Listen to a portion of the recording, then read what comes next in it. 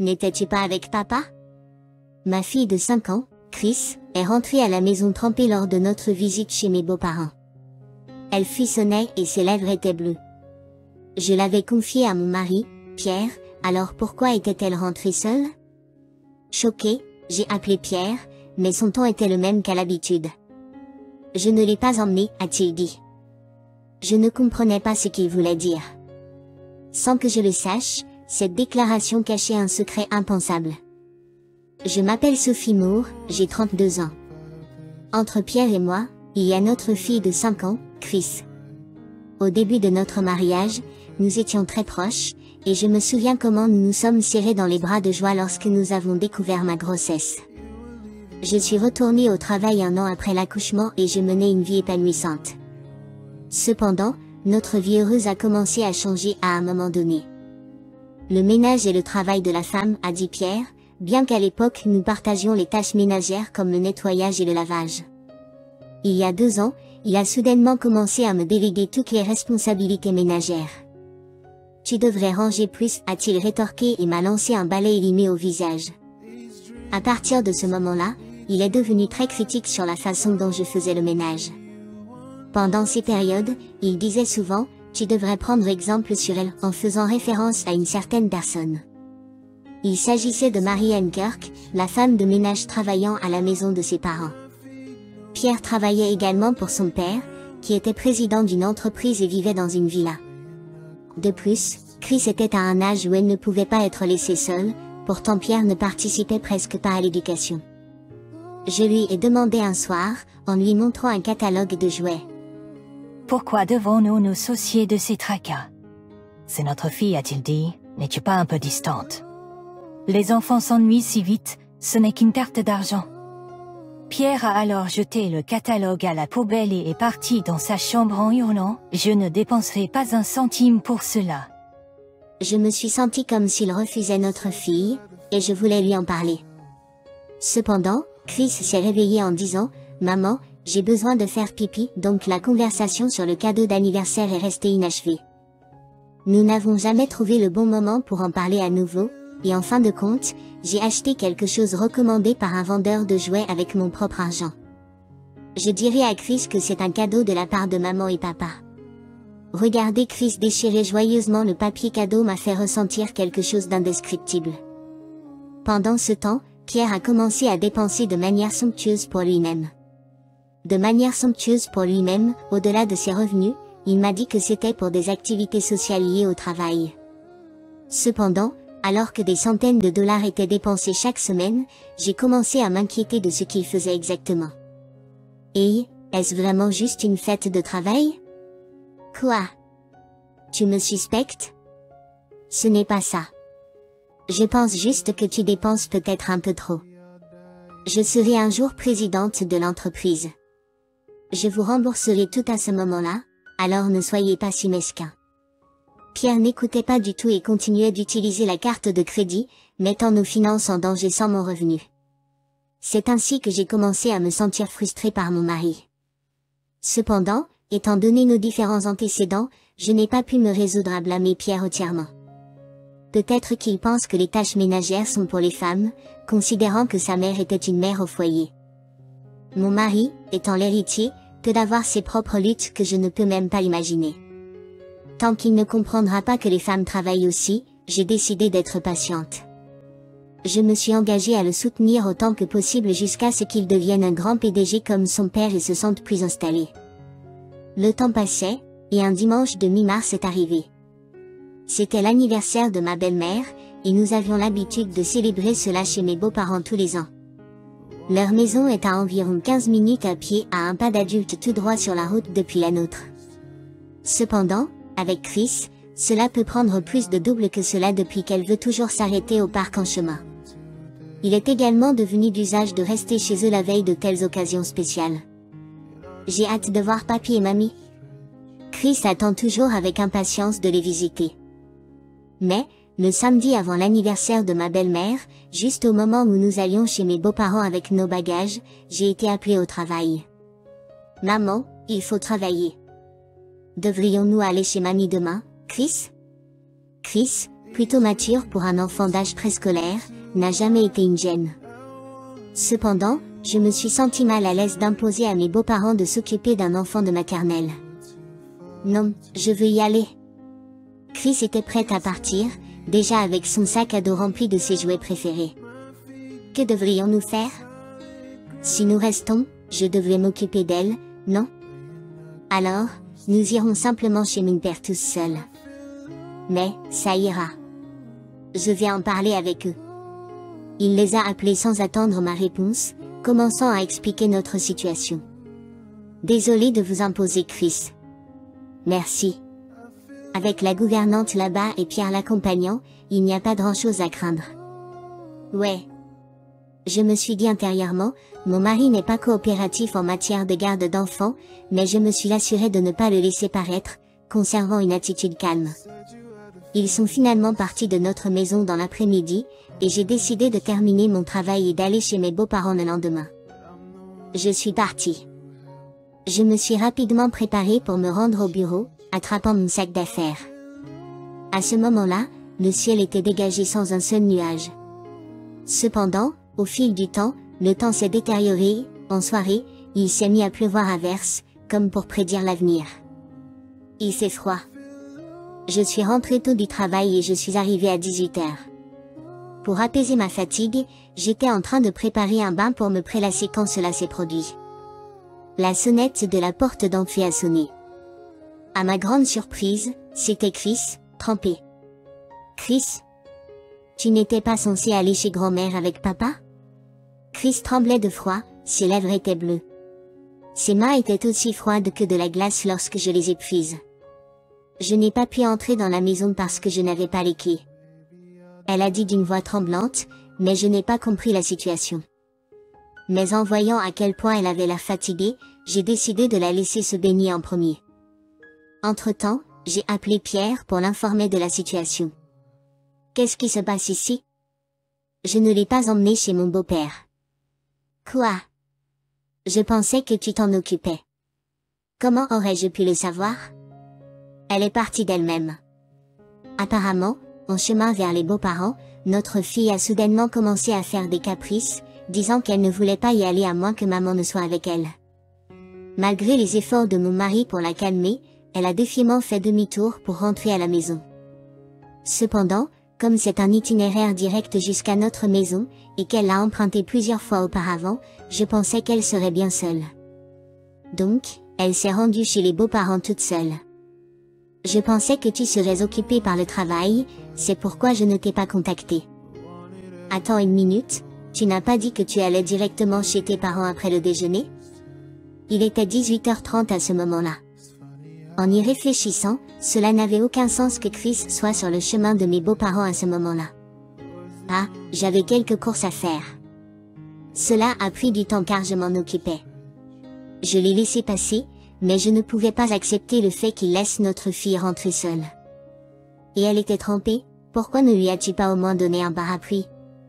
J'ai essayé de le faire. Mais elle a dit qu'elle n'en avait pas besoin et est partie en courant. Pierre, qui avait été plutôt indifférent jusqu'alors, est soudain devenu agressif. Tu es trop protecteur. C'est de ta faute si elle est une enfant désobéissante. Quoi que je fasse pour élever notre fille, elle n'est pas du tout capricieuse. Cela m'a tellement énervé d'entendre une telle chose de la part de mon mari, qui a toujours négligé notre fille, que je n'ai pas pu m'empêcher de hausser le ton. Cependant, il a refusé d'admettre sa faute et a mis fin à l'appel en disant « Elle est en sécurité, donc il n'y a pas de problème » et a raccroché de manière unilatérale. J'ai essayé de le rappeler. Mais il semblait qu'il avait éteint son téléphone, et le téléphone fixe de mes beaux-parents était passé en mode messagerie vocale. À ce stade, j'ai compris que la seule option était de lui parler, alors une fois que les choses se sont calmées, je l'ai appelé. « Pourquoi n'es-tu pas allé chez grand-mère aujourd'hui? Tu attendais ça avec impatience. »« Est-ce vrai? » J'ai demandé, et elle a hoché la tête profondément. Mais beaucoup de questions restaient sans réponse. En un court laps de temps, j'ai fait des recherches sur tout ce qui était possible. C'était donc ça. Et puis, de manière inattendue, j'ai découvert une terrible vérité. C'est affreux. Je ne pourrai jamais leur pardonner. Serrant les poings, je me suis juré de me venger de la personne qui avait fait subir un tel calvaire à ma fille. J'ai ensuite appelé mes beaux-parents et leur ai dit, je ramènerai Chris demain, et j'ai passé une nuit agitée remplie de colère. Le lendemain, je me suis rendue à la maison de mes beaux-parents. Il était 8 heures du matin, une heure à laquelle même la femme de ménage n'était pas encore arrivée. Je lui ai dit de jouer dans une pièce à l'étage et je suis allée au salon du premier étage où mon mari était encore endormi et ronflait. Il faut que l'on parle, ai-je dit en le réveillant d'un coup de coude. Quelle est l'idée de me réveiller si tôt le matin? Pourquoi maman et papa ont l'air si effrayants? Assieds-toi simplement. En fait, c'était l'anniversaire de ma belle-mère aujourd'hui, et j'avais initialement prévu d'éviter cette réunion.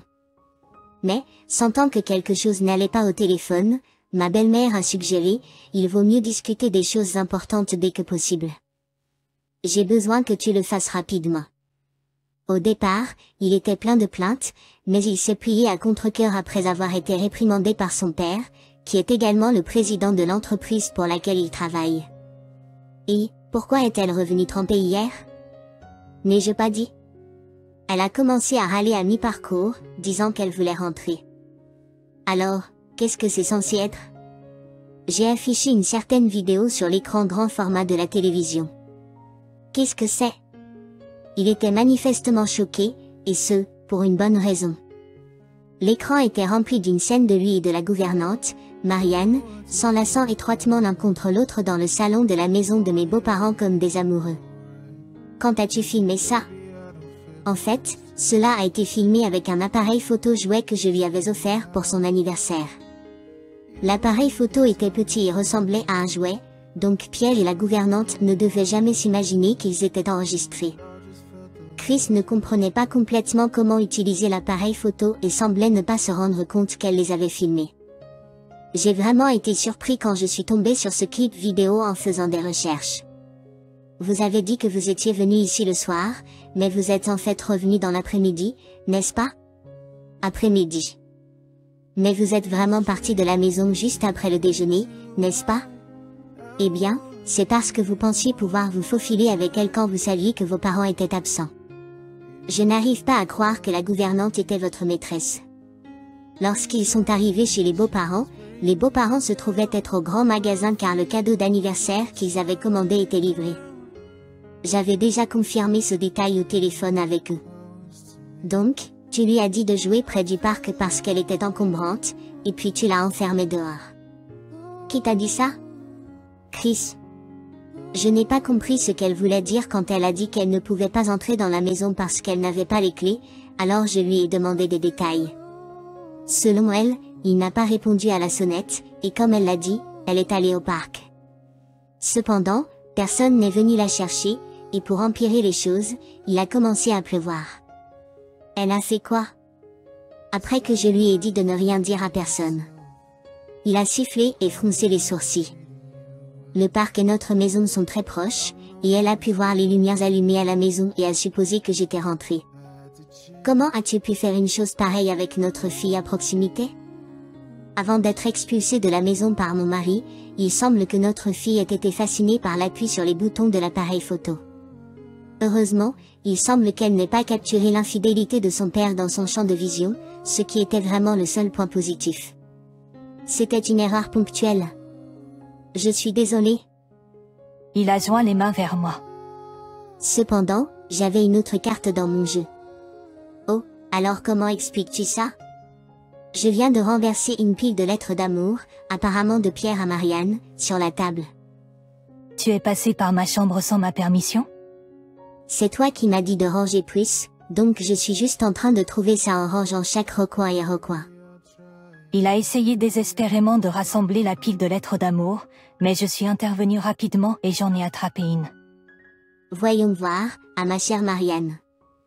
Tu l'appelles comme ça? Arrête ça, s'il te plaît. Je t'aime tellement. J'ai hâte de t'embrasser. Ça ressemble à quelque chose qu'un collégien aurait écrit. Quel embarras. Il est devenu rouge comme une homard bouillie et a couvert ses oreilles. En guise de dernier coup, je lui ai présenté des relevés de cartes de crédit et des documents de prêt provenant de la poubelle de sa chambre. Vous allouez une somme considérable à l'achat de choses pour femmes de marque. De plus, vous avez contracté une dette presque équivalente, n'est-ce pas? J'ai associé les numéros des deux documents de manière flagrante avec mon doigt. Vous avez dit que vous dépensiez de l'argent pour le travail, mais vous avez simplement gâté votre maîtresse. En remontant les dates sur les lettres d'amour et les documents de prêt, le plus ancien date de 3 ans. Il semble que ce ne soit pas une erreur unique. Tu es méprisable, mais je ne peux rien y faire. Marianne est plus mignonne que vous, après tout. Es-tu sérieux? Mon beau-père, qui était resté silencieux jusqu'alors, finit par prendre la parole, incapable de se contenir plus longtemps. Il lui-même plus longtemps. Imaginant ce qu'il était, il étira les lèvres dans un sourire lubrique. Ferme-la. Putain. Ne commence pas à crier tout d'un coup. Tu m'as fait peur. Je te rejette. Tu es renvoyé de l'entreprise. Attends une minute. Ce n'est pas juste. Pas de discussion. Mon beau-père, avec un visage de démon, a crié sur Pierre, et ma belle-mère a acquiescé silencieusement à côté de lui. Il a également déclaré qu'il allait bientôt congédier la gouvernante. Il a supplié ses parents de lui pardonner, mais ils l'ont complètement ignoré. Puis, il a essayé de poser affectueusement son bras sur mon épaule de manière provocante. Ne peux-tu pas simplement t'entendre avec mes parents? Pourquoi devrais-je faire ça? Une femme est censée écouter les ordres de son mari. Ne te fie pas à moi seulement quand cela t'arrange. J'ai brutalement repoussé sa main et l'ai éloignée avec les 2 mains. Je prévois de consulter un avocat. Es-tu sérieux à ce sujet? Je prévois de poursuivre en justice pour obtenir une pension alimentaire, alors prépare-toi. Allez, réfléchis Y, s'il te plaît. Il a été renié par ses propres parents et licencié de son emploi. Il a dû penser qu'il ne pouvait pas se permettre de m'abandonner non plus. Il s'est incliné devant moi à plusieurs reprises, suant abondamment. S'il te plaît, ne m'abandonne pas.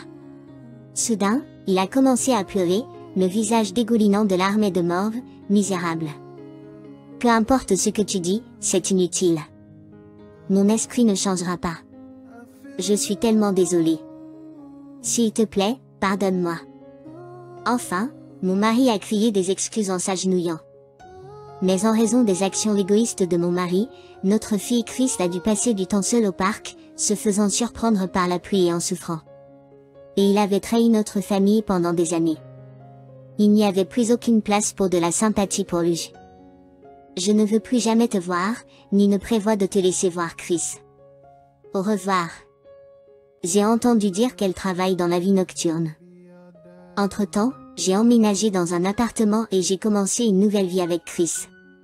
Ma performance au travail a été reconnue, ce qui a entraîné une augmentation de salaire. Chris attend avec impatience de commencer l'école en avril et s'entraîne assidûment à l'écriture. La regarder me procure la plus grande joie.